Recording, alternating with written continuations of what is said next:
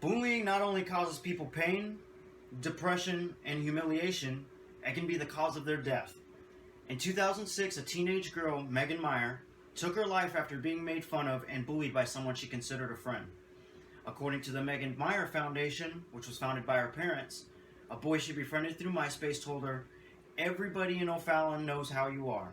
You're a bad person and everybody hates you. Have a shitty rest of your life. The world would be a better place without you." Moments after reading Josh's message, Megan went to her room and hanged herself in the closet. The next worst part of this story is who was behind the bullying and those extremely hurtful words. The boy she thought she befriended turned out to be the parents of a girlfriend of hers. It just goes to show you not only are kids and teenagers the culprits behind bullying, but adults are just as guilty of it. There's a problem occurring all over the world. We hear stories and news reports much too frequently about people who commit suicide because of being bullied. In 2011, of the students who reported being bullied online, the Pew Research Internet Project states 13% reported having concern about attending school the next day. And of the 41% of the teens using social media, 12% of them reported being bullied in person. The Center for Disease Control and Prevention say that suicide is the third leading cause of death amongst 15 to 24-year-olds. These children and youth who are victims of bullying are considered to be more likely to have high levels of suicidal thoughts and are at high risk of suicidal tendencies. Although many recent studies correlate bullying and suicide from only one specific instance in time, very few studies have followed individuals throughout a period of time in order to connect bullying with their suicide. However, it is safe to say that bullying can and has caused the death of many children and teenagers across the country and worldwide. Besides Megan's story, there are many others like her who have been bullied victims and taken their pain and strife to heart, resulting in their suicides. Ryan Halligan, a young teen with a speech impediment who had been a victim of bullying throughout most of his life, hanged himself after having personal information he trusted with a friend spread through a group of kids from his school. Jessica Logan was a high school senior who sent a nude picture of herself to a boyfriend only to have her trust betrayed and have her picture sent to hundreds of teenagers. She later hanged herself as a result. 1 year later, Hope Sitwell hanged herself after a nude picture of her was circulated in 6 different schools. Tyler Clemente was a newly open homosexual freshman in college who had been a victim of ridicule in his roommate's Twitter feed. After being caught on a hidden camera kissing another man and having the footage leaked over the internet, Tyler killed himself by jumping off the George Washington Bridge. No matter how much effort we put into combating bullying and how much we protect the susceptible ones, there will always be a few cases that slip through the cracks that we're simply unable to catch. Nevertheless, there are solutions waiting to be exercised. According to authors of bullying literature, there is plenty of evidence supporting the fact that schools are not doing as much as they should be in order to productively educate children. Studies are being done within schools in Canada showing the positive results gained from changing curriculum to meet the demands of children's wandering minds. As children become more bored, they are prone towards acting out and incorporating violent tendencies. One study showed a great improvement on learning and a decline in violence when the students were given more respect and a curriculum of life was implemented. So what then is the answer? It seems substantially clear that the problem doesn't lie with the children so much as it does with the methods in which we teach. Demonstrate a mutual respect with the children so they too can learn the meaning behind respect and positive leadership. We must teach the children and teenagers how to effectively lead in order for them to build positive relations within their community. Showing the proper etiquette in real-world situations as well as online will steer them towards improving peer relations, which in turn begins to diminish the frequency of bullying.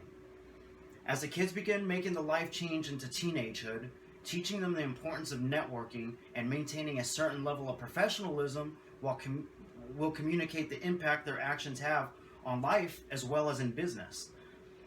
All of these things must be done from elementary and well into high school if we want to stand a chance in contending against bullying.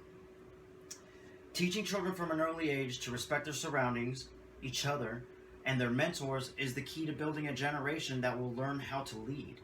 It's the same difference between college graduates earning higher salaries on average than high school graduates.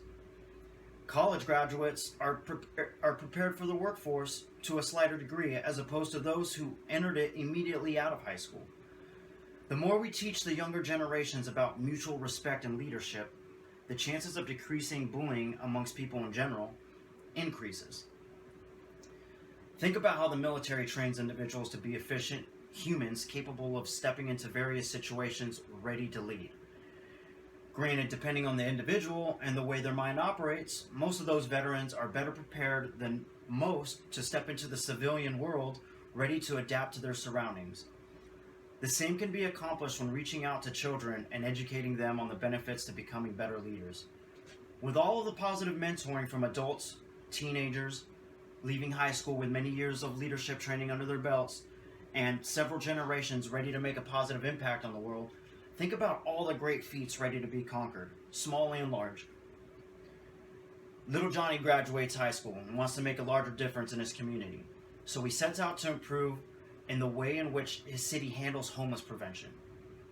Susie's education taught her the importance of networking within her community, during which time she took advantage of hands-on opportunities to work with businesses and nonprofit organizations, and is now able to gain a position within several reputable organizations. After college, another set out to go into business for himself, to live the American dream and retire early.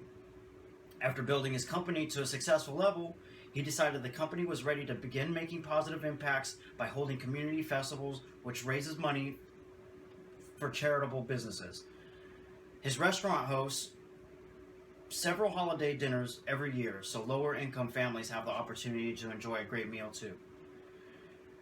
The results of our actions today can have the most influential benefit tomorrow. It's unrealistic to think everyone will benefit from being educated early on. But if there's even the slightest chance we can begin making a difference on our future, wouldn't you want to take the chance? People will always have differences. But if we get them to see past those differences in order to reach solutions through respect and a natural urge to want to lead, viable solutions can be reached. Not only do we throw a wrench in the wheels of bullying with an educational system like this, but we build a stronger society. Changing schools' curriculums around the world, nation, state, or even town is a whole other feat in itself. However, making the commitment to be better role models is an easy step to taking towards achievement.